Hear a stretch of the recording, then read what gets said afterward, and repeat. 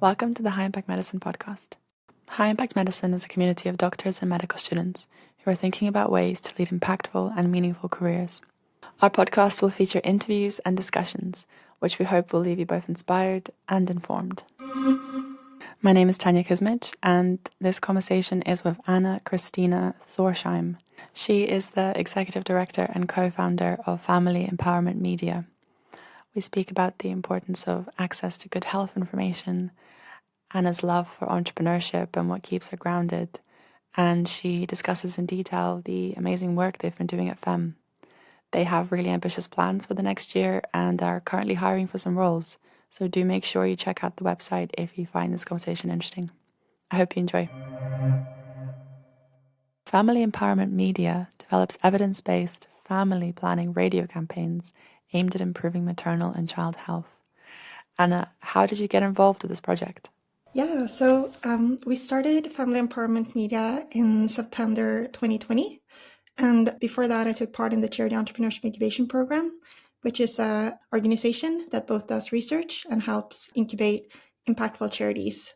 So they had been looking into family planning for a year, and they evaluated 180 different interventions, looking for opportunities that looked particularly cost-effective, evidence-based, and where there was a room for a new actor in the space. So I just really agree with that way of looking at it. I was really compelled by their research, and my background is more on the entrepreneurial side. I suppose educationally, I did industrial economics and technology management. It's a bit different, I think, to most people who go into maternal health. But I think it's also been a good asset, given that our team has a lot of public health experience with the other team members. Yeah, so me before FEM, I was very involved in different projects and organizations working to make the world better, both on health. Also worked with other vulnerable groups. I did a lot of volunteering with people with Alzheimer's and people with disability. And yeah, I think, I want to make the world better for people, and also, I guess, having a little bit of the analytical approach and the research approach to it. So yeah, I think those are some of the kind of core things about my background before FEM. Mm-hmm. And what gives you the entrepreneurial spirit? Oh, the entrepreneurial spirit. I think I just really enjoy working really hard at something, or taking a big complex problem and then just going at it and trying to make it better. I think starting an organization is so much fun. Like you go through my idea, and there's just all these pieces that has to come together, from partnership and people to the decisions that you're making, and you wake up every day and it's sort of a new challenge, and you get to work with amazing people along the way. I think, yeah, I feel so privileged to have the opportunity to do the work that I'm doing, and I couldn't think of anything I would rather do. Yeah. Amazing. Okay, so could you tell us a little bit more specifically about the work FEM has done over the past few years? Yes. So as you were saying, we produce evidence-based radio campaigns to target myths and misconceptions about contraception and family planning, and our aim is to improve maternal and child health. So over the last 2.5 years, we've been using a pretty, stepwise approach, sort of like building on learnings from a quite small scale implementation, and then building up to where we're now. We currently reach 5.6 million listeners in the north of Nigeria. We've just scaled to 3 new states, 3 different regions in Nigeria, and we reach an estimated 10 to 15 million people in these new locations. So it's at a pretty large scale now, which is great. But we started out in 2020, after we've sort of picked the idea. We actually looked at 70 different countries, and then through a stepwise approach, looked for the location where we could have the largest impact on maternal health. So that included, both the cost side, radio airtime rates is a really big driver, for example, of how many people we can reach and how effectively we can reach them. Obviously, also it includes maternal mortality rates and the unmet need of family planning and so forth. So we actually built out sort of cost effectiveness estimates, and that was a part of it, but then also speaking to experts, doing needs assessments and so forth. So that's kind of what we started with. And then in January 2021, we did our initial proof of concept in Kano State in collaboration with an amazing partner in the northern Nigeria, Ida Pro Africa, who supported us both sort of on understanding the local landscape better and navigating the implementation on the ground. And we've actually, we might talk more about this after, but a core component of our model is that we work with local partners, which has just been such an asset in all the locations that we operate.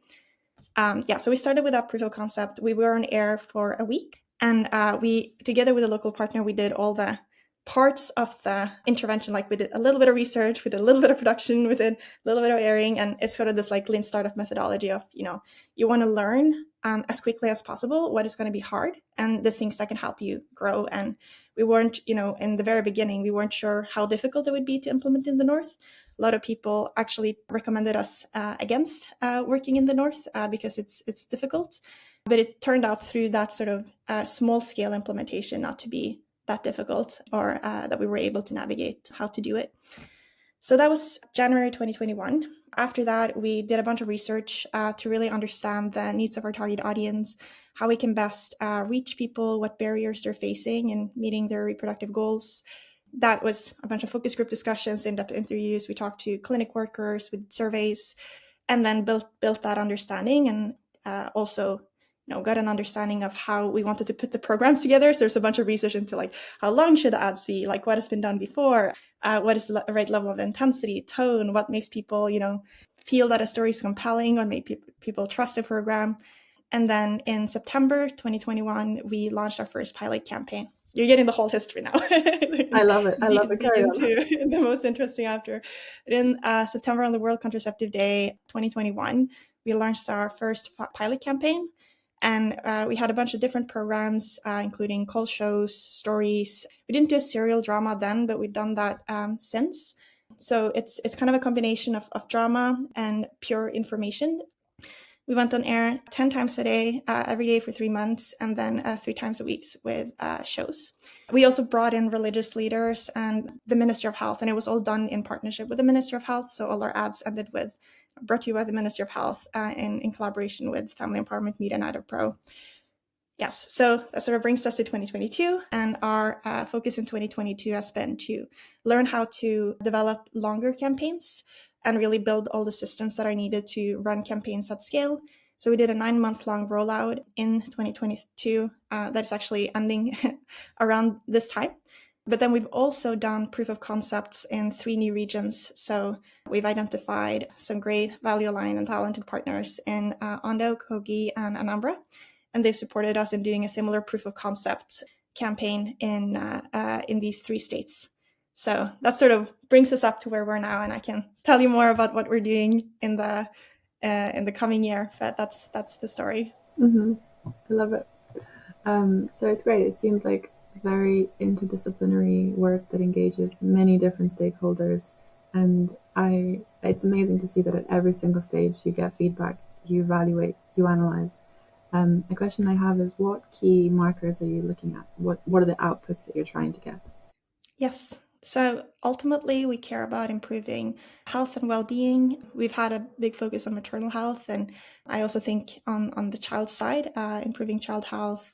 And for example, if children are spaced more out, there's a lower risk of dying under the age of 5, lower risk of malnutrition, and so forth. So there's all of these benefits that comes from being able to choose when to have children and whether to have more children. In addition to that, you have, I think there's a big thing to be said about agency and being able to make that decision. It's really no more fundamental, I would say, decision than when and whether to have kids, because it affects everything in your life, opportunity to have education. It's going to happen, when you're applying for jobs and so forth. So that's sort of like end line. Then it's a question of what do we measure up to that? And I think this is something we've thought a lot about, because redo campaigns are uniquely difficult to measure. We reach a very large audience, but then if you compare it to a person going like door to door talking, you can see like a smaller effect size. However, when you look at the aggregate and you think about the costs, and if you're trying to do the most good you can with the funds, it's still really, really cost effective. But because the effect size are smaller, you need a really large sample size to pick it up. So getting really high quality data on how much you're affecting contraceptive use is more difficult when you're doing a radio campaign than if you're doing other types of outreach. One of the things that we've done also, because when you're doing like an RCT, it's really hard to put people into control and treatment groups because everyone are exposed to the radio signal. So this is another thing we did in 2022, that we built the new technology that makes it possible to do these types of evaluations. Yeah, so what that basically entails is it's like a small device that listens out to the radio. And when our program comes on air, it recognizes that, and then it transmits other content in a specific region. So it basically only replaces our ads and nothing else. And that makes us able to sort of create these artificial control groups that we can then compare to the treatment groups and get a better estimate. So those are some of the challenges with measuring this intervention, but there is an already done RCT on a very similar intervention. It's actually the study that inspired a lot of our work. So there's good evidence there. We've also done like a pre-post. There's a pre-post external evaluation of what happened in Kano during our pilot campaign, and they saw a 75% increase in contraceptive use in that time period. So although a lot can happen between pre-post, we see that as really encouraging, and we plan to do an RCT with this technology going forward, but it's definitely really encouraging to see that and see all the other early indicators of behavior change and early indicators of success, like, people have heard it, they tell their friends, there's a lot of conversations about it, and so forth. Mm-hmm. So I personally find health information campaigns particularly interesting and inspiring. Last year in our course, we were looking at demographic transitions, and in the West, there was this significant decline in infant mortality at the beginning of the 20th century. So something like between 1915 and 1950, the infant mortality rate in the United States dropped from 100 to fewer than 30 per 1,000 live births. And this was prior to the widespread use of medical technologies and vaccination. So there were many different factors that contributed to it, probably sanitary infrastructure, universal schooling, potentially rising incomes. But the way we were told in the course was that the really rapid improvement was attributable to campaigns to change parental behavior, to educate mothers, and to reduce the spread of disease. And so like in newspapers, there were articles that just described how mothers should look after their kids to prevent them dying. And I find that amazing. I find that just when you bring scientific evidence to the person, it lets them make completely different decisions that can just rapidly improve their life. So yeah, when I see the work that you're doing at them, I find it really inspiring. That's great to hear. Mm-hmm. Yeah, I think information is just so powerful, and there's a lot of things that affects health and well-being that is purely behavior. With our intervention specifically, you need access to a clinic, and there are other services that are needed, but some of the potential expansion opportunities, or in the long term, we're considering going into exclusive breastfeeding and kangaroo mother care as well, which are completely clinic independent. And it's less, our current read is there's less evidence. There hasn't been, there's evidence of, there's some things, it's like there's a lot of evidence on, for example, that, if you breastfeed, it leads to all these good health outcomes. But then there's like other questions about, if you do a radio campaign, how impactful will that be for changing behavior and so forth. For that, you don't even need access to clinics. It's just, people get that information into their own hands and they can make good decisions, or they're aware of the impacts that different decisions can make, and then they can make that choice. It's a really impactful thing. Mm-hmm. Okay, and could you speak about what you've learned in the process and how it's changed your views about things? I think I've learned just so much from working with people who, like our local partners, for example. I think that's been really, really fantastic, and really gotten an insight into the lives of our target audience. And yeah, I feel really, really grateful for that. And yeah, when I visited Kano for the first time, for example, just the amount of care in terms of really showing me, Kano culture, introducing me to, we got to speak to Emir of Bichi, for example. He's a religious leader, one of the top religious figures in Kano in the north, which was really amazing. So I feel like I've learned a lot on that. In terms of excitement, I think as well, just like being able to see the results that we've gotten, and then building up the intervention and just seeing sort of like step by step validating different things, and understanding what works and iterating and making it better. And I guess that goes on both the product side, like really the campaigns and making them really good, but also like all the systems for the organization, bringing on all our team members. And we're also really grateful for everyone who's working at FEM. They're all really amazing. And then just like creating like a unit that works really well together and where all the systems work well. And yeah, it's really a joy to see that coming together in a good way. And have you had kind of personal challenges or difficulties that you've overcome in this process, or has it just been very easy and you've done it in a very skilled way? Oh, that's such a great question. I think that we hire too slowly.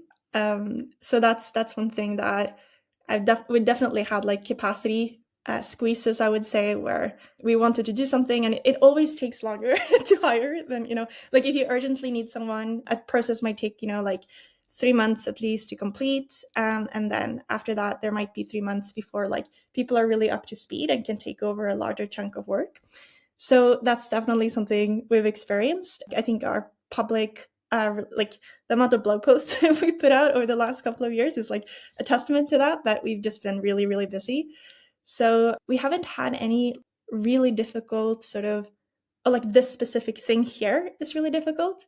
But I think that at times it's probably been a really intense process. So I know that a bunch of your listeners are, medics and maybe also students are thinking about what to do going forward in their career, if that's correct. Mm-hmm. Yes. And some young doctors as well. It's anyone really in that spectrum. Right.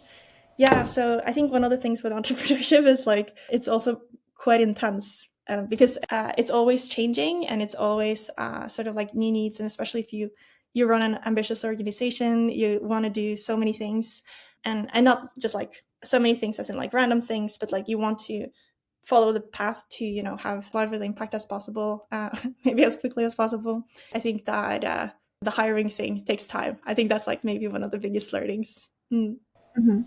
And what keeps you grounded in this process? I would say when you work to set something up, you do, every day also meet reality of like what is possible and what is not possible. I think that getting feedback in terms of like what is working on the ground, what the challenges are and how we can solve them and staying really, I guess, like close to reality at all times is really important. Yeah, I think that, it's this art of being able to sort of move from like, here's like the vision of all the things you want to accomplish to make the world better. And then into the details and like, yeah. So in terms of like what keeps me grounded, it's probably, I do work really closely with our local partners and closely with the data and all of that. So that's probably a big part of it, if I'm getting your question right. I think that answers it very well, to stay as close to reality as possible. Yeah. Another question that popped to mind is, what do you look for when you're hiring? What do you look for in members of the team? Yeah, so there's some things we look for in all team members. We look for people who are value aligned, that they really want to make the world better and they care about that over other things. We look for people who are conscientious, open-minded, willing to change their mind when they're confronted with new evidence. Those are things we look for kind of overall. And then depending on the role, there's like different things that are more important. And now, for example, we're hiring for a range of roles. So we're hiring for a director of development who will be more doing sort of writing and grant proposals and these types of activities. So for that, we're looking for a great writer. We're looking for someone who's detail oriented. It's a plus if they sort of know a little bit about how those processes work, but not a requirement. And then there's, so for transparency here, like we're either hiring this person or we're hiring the two other roles that I'm describing. So two other roles are a director of strategy and communication manager.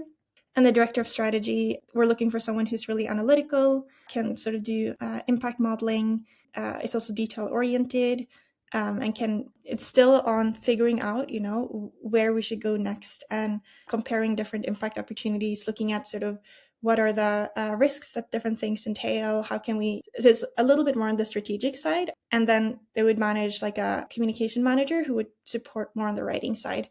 Yeah. Mm-hmm. I'll make sure to feature some links to your website in the description. Sounds great. Excellent. So this leads me to my next question. Where is FEM going next? Yes, so 2023 is going to be so exciting. So as I mentioned, we are now working with 4 partners at different regions in Nigeria. And there's a couple of things we're doing on implementation.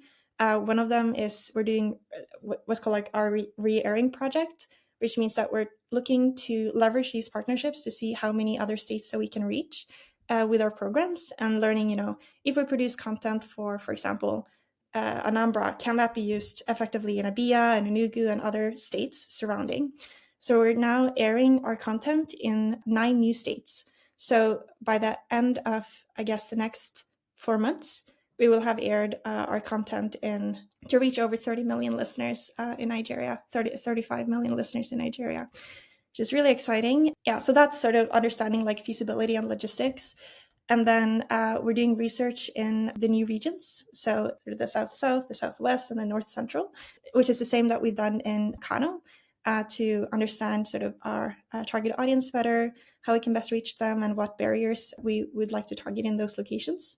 And then we're producing content for these new regions the timeline is to go on air in November of 2023. And while we start airing, we hope to do a randomized controlled trial to measure the impact of this intervention using the new technology that we produced. So it's a definitely big year. There's a lot of, and this scale up will increase our impact by a lot as well, which is amazing. It does sound like it's going to be a very exciting year. Okay, a little bit of a different question.